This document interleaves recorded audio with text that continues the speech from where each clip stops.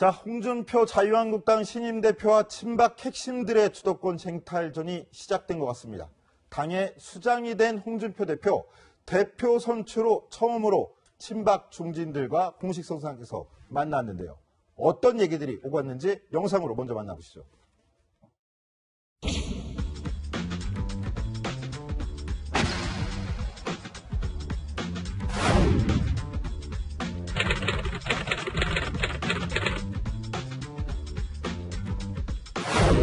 있는 사람들 무슨 바퀴벌레라고 뭐 얘기하면서 페이스북에 썼다는데 제정신이니까 이게 낯을 드실 수 있단 말이에요.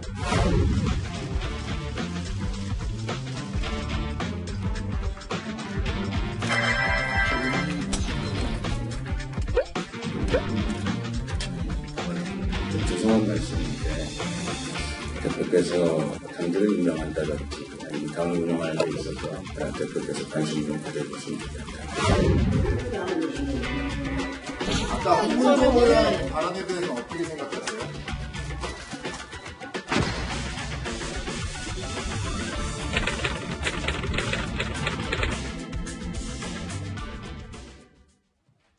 구박들이 구박해도 혁신의 길은 끝까지 가겠다. 이게 홍준표 자유한국당 대표의 각오인데요. 자, 이현수 기자. 네. 오늘 저 만남 저희가 굉장히 기대를 했었는데 자, 친박이 망했네 어쨌네 하더라도 아직까지 자유한국당의 최대 개파는 친박계입니다. 만만치 않은 그렇죠? 또 중진들이 더 포진되어 있잖아요. 오늘 분위기 어땠어요? 사실 홍준표 대표가 취임 이후에 당내 혁신을 하겠다라고 해놓은 상황에서 그 혁신의 칼날은 사실상 친박계를 향하고 있는 거다라는 관측이 우세했는데요. 오늘 최고 중진 연석회의에 친박계 중진 의원 최경환, 홍문종 의원이 참석하면서 약간 긴장감이 흐르는 분위기가 연출이 됐었습니다. 특히 홍준표 대표가 미국에 있을 때 SNS상을 통해서 친박을 향해서 바퀴벌레라는 표현까지 쓰고 나서 홍문종 당시 의원이 이제 중진회의에 똑같이 참석을 해서 낮술을 한 거 아니냐라고 하면서 홍준표 대표가 당대표가 되면 당이 왕따가 될 거다. 이렇게 격한 설전을 장외에서 주고받았었는데 오늘 한 자리에 모여서 좀 긴장감이 흘렀습니다. 자, 강병규 기자, 네. 제가 조금 전에도 구박이 구박해도 혁신의 길을 가겠다. 이 홍준표 자유한국당 대표의 SNS 글 네. 소개를 해드렸는데 네. 오늘 아침에 올린 글이잖아요. 예. 이거 올릴 때 어떤 각오를 다졌을까요? 자, 이제 본격적으로 이제 친박, 그러니까 이제 홍준표 대표의 말에 따르면 옛 친박, 그러니까 구박들과 이제 대결 구도를 만들겠다, 그리고 혁신하겠다 이런 얘기인 것 같은데 지금 화면에 보시고 계시지만 구박들이 저를 구박한다고 해서 좀 아재 개그식으로 좀 사용을 한 건데 나름 재밌다고 많이 얘기가 됐잖아요. 홍데스크가 보기에는 좀 어떠세요? 좀 재밌어 보여요? 저는 재밌는 게 아니라 섬찟해 보였거든요, 사실은. 그렇군요. 친박을 구박이라고 몰아세울 수 있는 저 결단이 무슨 칼을 품고 있을까 이 생각이 들었었어요. 근데 우리 강병규 기자는 아재 개그라고 좀 지적하는 이 역시 세대 차이인가요? 어떻게 봐야 될까요? 아재 개그가 뭐 딱 맞는 팩트라고 볼 수는 좀 없겠지만 그래도 제 느낌은 네. 그렇습니다. 그래서 방금 홍 데스크께서 지적한 것처럼 이 홍 대표가 이제 친박에 대한 날을 세우고 있고 이에 대해서 친박도 사실 친박계 의원들도 이거에 대해서 좀 반발을 많이 하고 있습니다. 홍준표 대표가 이제 전날에 이제 자신의 측근인 이종혁 전 의원을 지명직 최고위원으로 임명을 했잖아요. 그런데 그렇죠. 이것에 대해서 이제 홍문종 의원, 친박의 홍문종 의원이 작심하고 비판했습니다. 그 영상 한번 준비했는데요. 보시겠습니다. 우리 당에서 정상적인 절차에 의해서 뽑히기 어려운 분들을 사실 최고위원이 있습니다. 우리 이종혁 의원님 죄송합니다. 제가 존경하고 정말 능력이 있고 최고위원으로서 아무 가자가 없는 분이다. 확신합니다. 그러나 우리가 전국 정당으로 거듭나야 되는 상황에서 그런 배려가 좀 있었으면 좋지 않았을까.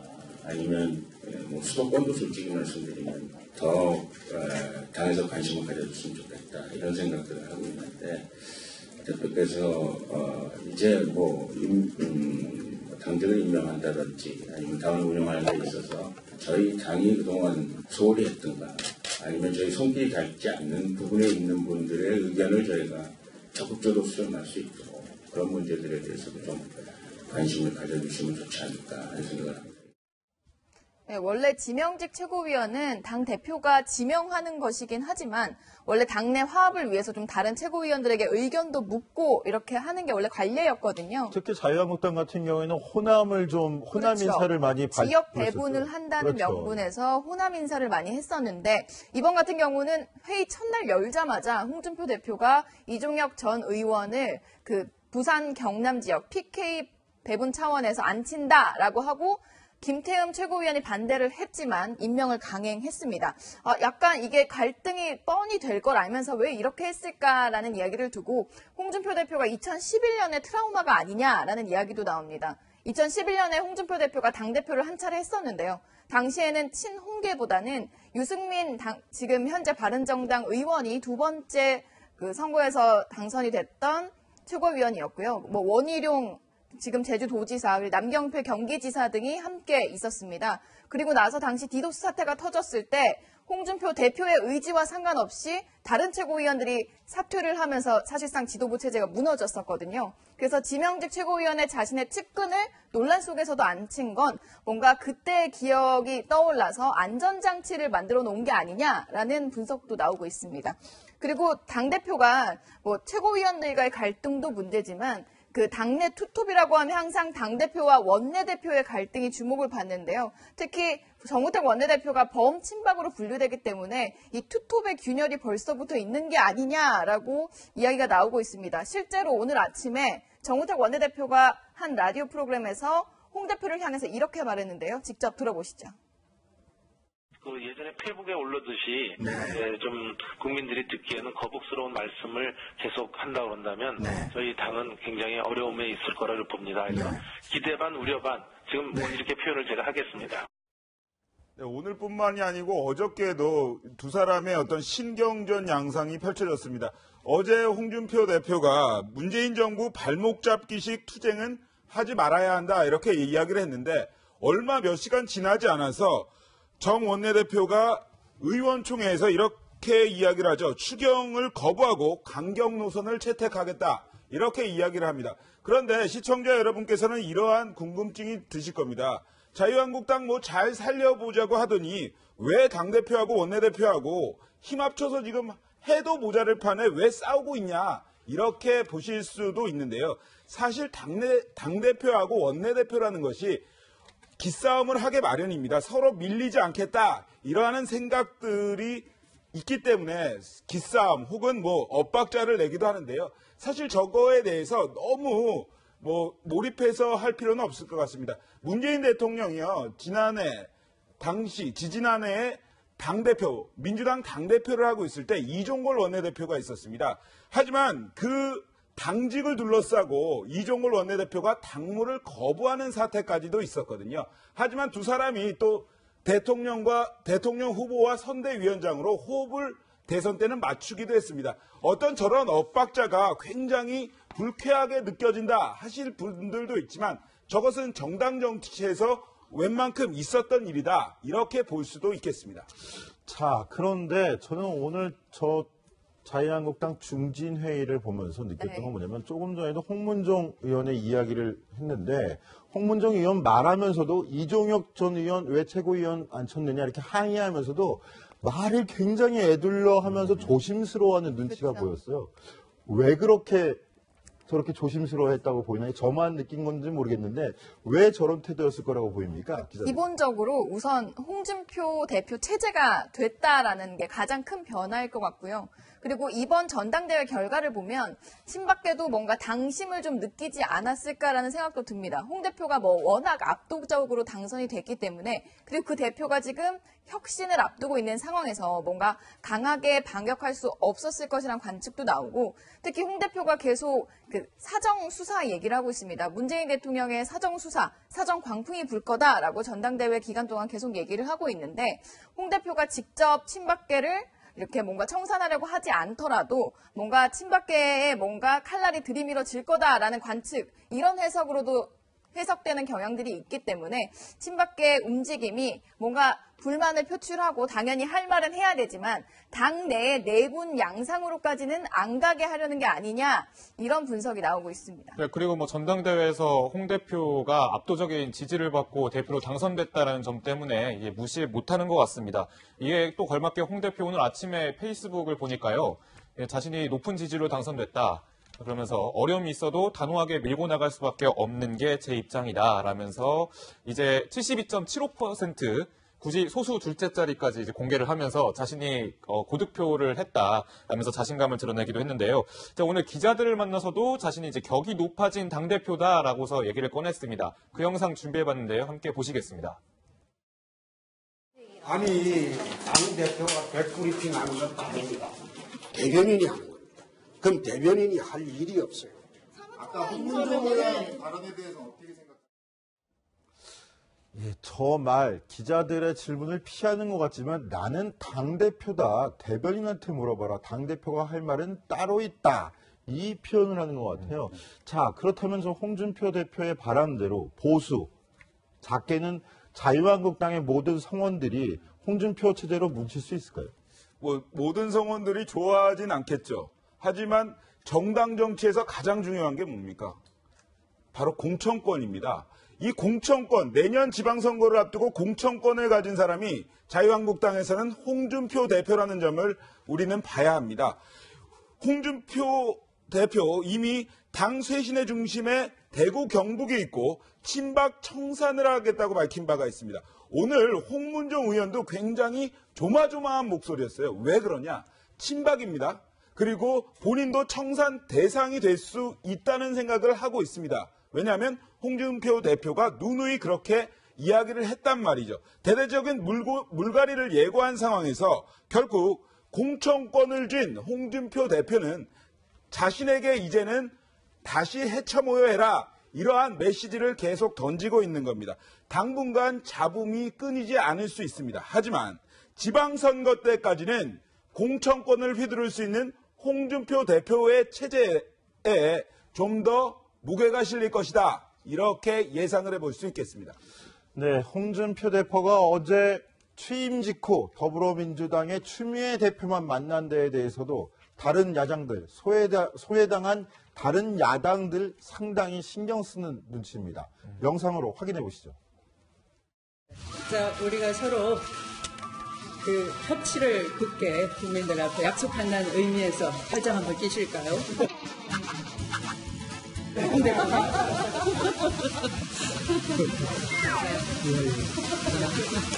이렇게 좀 적극적으로 이렇게 한번 해주시면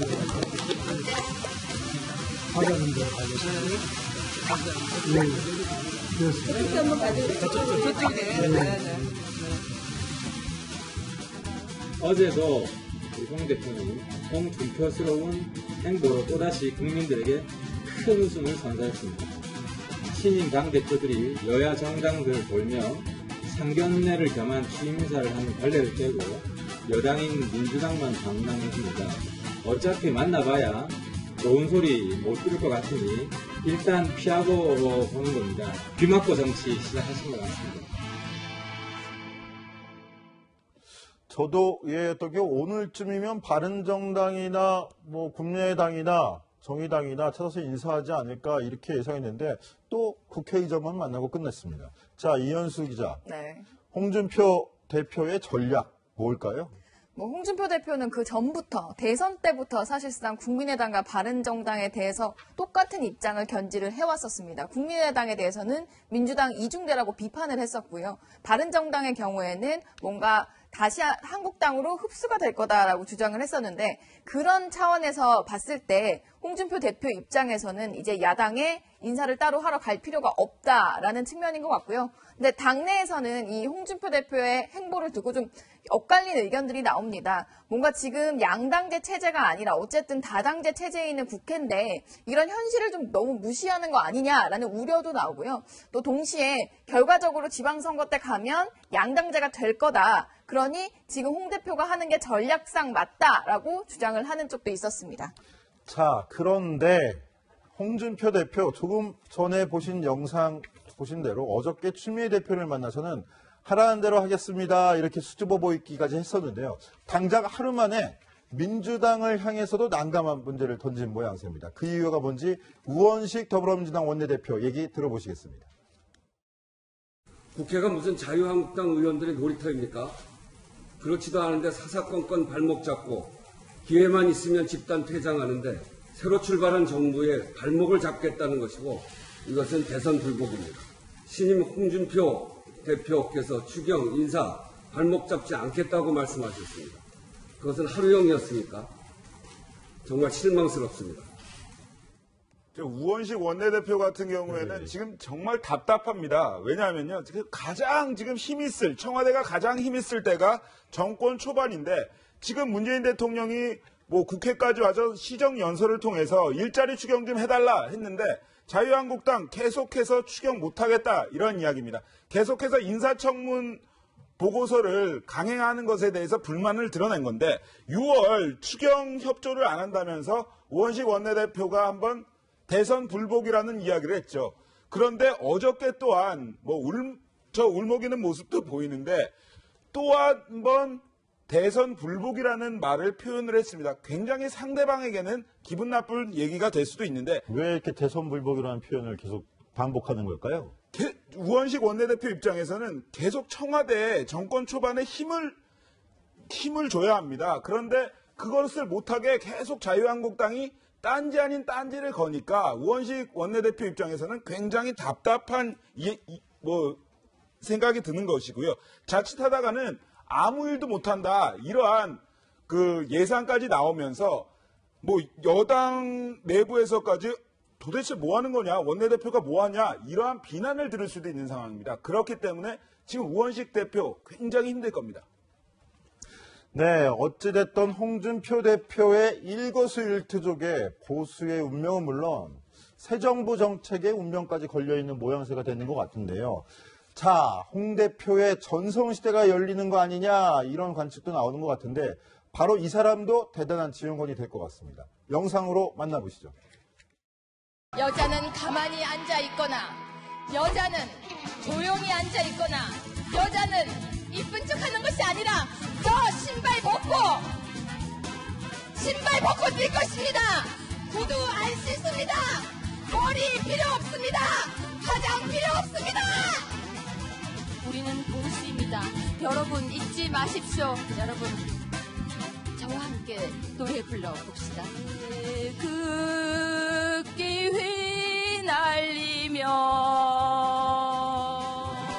다 같이 아름다운 대한민국 나의 주. 저는 지난 겨울 이건 아니야 정말 이건 아니야.